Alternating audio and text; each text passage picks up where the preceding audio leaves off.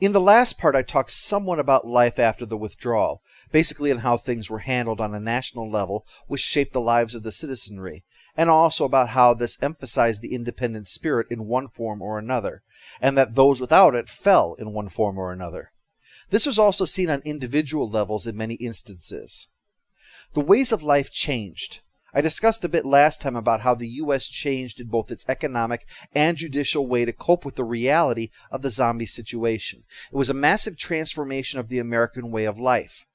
You might have spent years going to school, busting your ass, clawing your way up the ladder, and paying your dues, only to learn that now a high school dropout is your boss, and you'll be spending your day cleaning toilets and digging graves. That's frustrating and humiliating on top of the rest of your reality, which includes the need for a neighborhood patrol to ensure zombies haven't breached the defenses or slouched out of the ocean's surf to kill you. While the logic of the new punitive system is sound, the idea that the U.S. government is now whipping and caning people is a sign of the lengths they need to go to just to maintain order. You're uprooted from your home, or have your home filled with strangers, which you return to after all those things that you have to do during the day, so that you can now do chores that used to be done by machine, by hand now. And when you're done with that, your relaxation is sitting in a candlelit room, knowing that tomorrow you get to face the same damn thing again, and again, and again, possibly for the rest of your life. For a lot of people, that was an existence rooted in misery, and the worst part was that again and again and again part. The president would later comment on that feeling in a different way, that we are a shaken species who have been left to question whether or not we still are and can ever again be the dominant species on Earth. The result of this was people going to sleep at night and never waking up again. They just couldn't go on. Addressing this, and again fitting the idea of the independent spirit, was a Hollywood director who learned of it and decided to try to make movies again to show that there was, in fact, hope, and without any form of government support, simply his own desire to make a difference. The point that is odd by its absence is that there are no tales told of life in the so-called blue zones, the people who were deliberately left behind during these years to serve as that human bait. What they had to endure to keep going, and if the previous stuff was having that effect on the western safe zones, what was it like when you had thousands of zombies throwing themselves against your defenses every day? The government offered what help it could with airdrops, just about the only use of the Air Force, delivering supplies to these blue zones. The closest we get to their story is that of a pilot whose plane had a catastrophic failure and she found herself stranded in Louisiana. Not to give away too much, but again in her case, the independent spirit kept her alive until she could be lifted to safety. The purpose of the airdrops was to keep these groups going, but not just with supplies, with the means to become self-sufficient. This dovetails with the role of Radio Free Earth, an outgrowth of Rediker's South Africa plan, which was responsible for broadcasting information around the world to help individual enclaves survive. This also included stopping misinformation that was getting people killed and hampering the overall war effort. One group which arose was the so-called Pacific Continent, a contradiction in terms, of course, but basically was the end result of all those ships going to sea. They met one of two fates. They either succumbed to dehydration, starvation, or the infected amongst their own crew, or they joined up with each other to trade. The Chinese submarine participated in one of these, trading electricity from its reactor, while others provided things like cooking fuel, food, drinking water, material goods, and even a hint of what happened to some of those ships from India that would only take young women, these comfort boats. What's surprising is that Brooks, who goes into such detail with everything else, skims over what goes on the boats. I mean, we know what's going on the boats. What I mean is whether or not the people who are there are so against their will, if they're serving as sexual slaves because they're being forced to. Now, personally, I don't think so, simply because they're part of a community there, and so I don't think the community would tolerate slavery. It might be more of a case where those who were desperate enough were willing to go on board and use their body in order to survive. It's been known to happen throughout history when things get desperate enough. In any case, regardless of that, the overall trade going on shows another success, like Cuba, founded on commerce. One of the most surprising tales of this period is what was going on the International Space Station. They weren't stranded, or rather, they weren't stranded right away. They sent back as many as they had to, and those who didn't want to stay, in order to preserve supplies for as long as possible. Their self-imposed mission was to ensure that the station wouldn't be lost, and to try to use it as a base from which to keep as much of our orbiting satellite network from crashing to Earth as possible, knowing how vital that was, from GPS to communications to observation to the mundane yet vital job of accurate weather forecasting.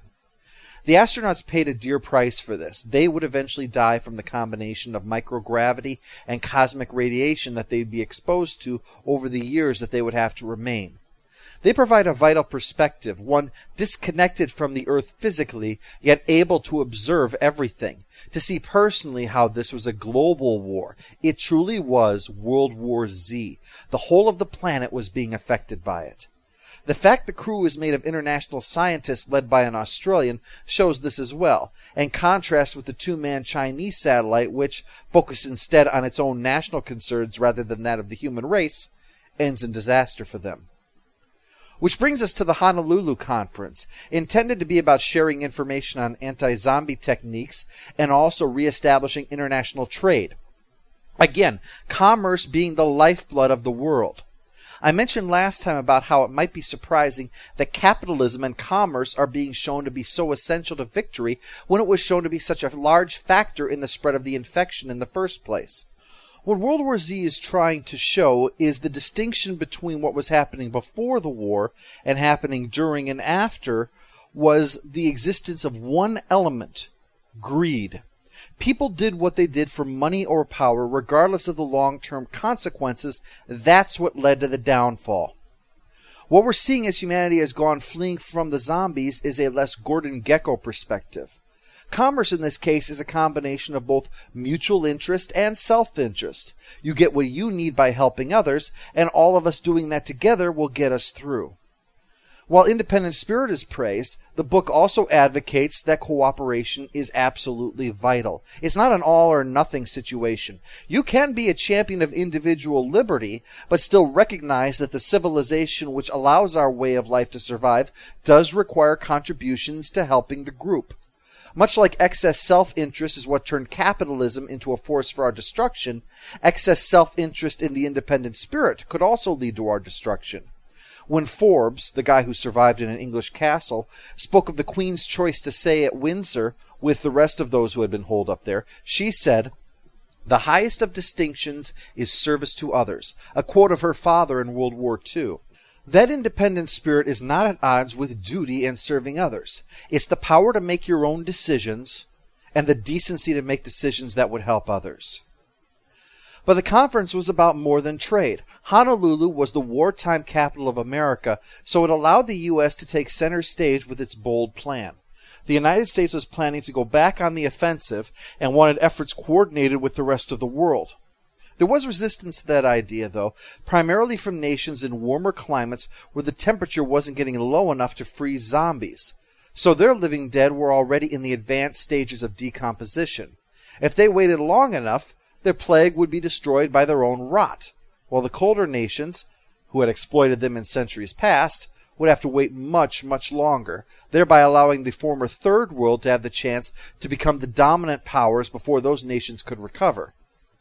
This section is from the perspective of a merchant captain from Chile, so that the criticism of this waited-out plan does not come from a white person whose perspective could be dismissed as skewed, but who points out that countries like his Chile have the cold weather issue because of mountains, and that the economic superpower is currently Cuba, and pre-war that was China and India. He can clearly see that this is about nothing more than revenge for past sins. And this also continues that message of the importance of unity being the only way to survive. Those who had continued to disregard other nations or races, like the Palestinian boy who hated the Jews who had given them harbor in their country, or even the racism and classism seen in the retraining programs when the wealthy looked down on their first-generation immigrant instructors. These attitudes were a ridiculous enemy because it was a distinction the living dead refused to make. They saw our common humanity even when we wouldn't. It's just that they saw it as something to be consumed. The American president himself finally stood up to address the reasons why this was essential. The human race had been saved, but the human spirit was still in critical danger. Our confidence in our species and our abilities had been shaken. While we could simply wait this out, the psychological effect would be devastating, because there's a difference between us winning and them losing. The latter meant that we were helpless in the face of this adversary, that we didn't strategically withdraw so that we could rally and return in strength. It meant we'd run away and hid like frightened children whose only hope is that the monster would go away on its own. Winning the war rather than merely surviving it was a vital distinction for ourselves and future generations, to prove definitively that we could win it and thus know that we can triumph over other adversities that might come along, including a resurgence if it ever were to happen again. This is that independent spirit on a global level. As contradictory as it might sound, it means in this case the importance of self-determination, taking action to ensure victory and reclaim what is ours rather than waiting helplessly while the enemy wore itself out. Not charging stupidly into battle, of course. That's what led to this retreat in the first place, remember?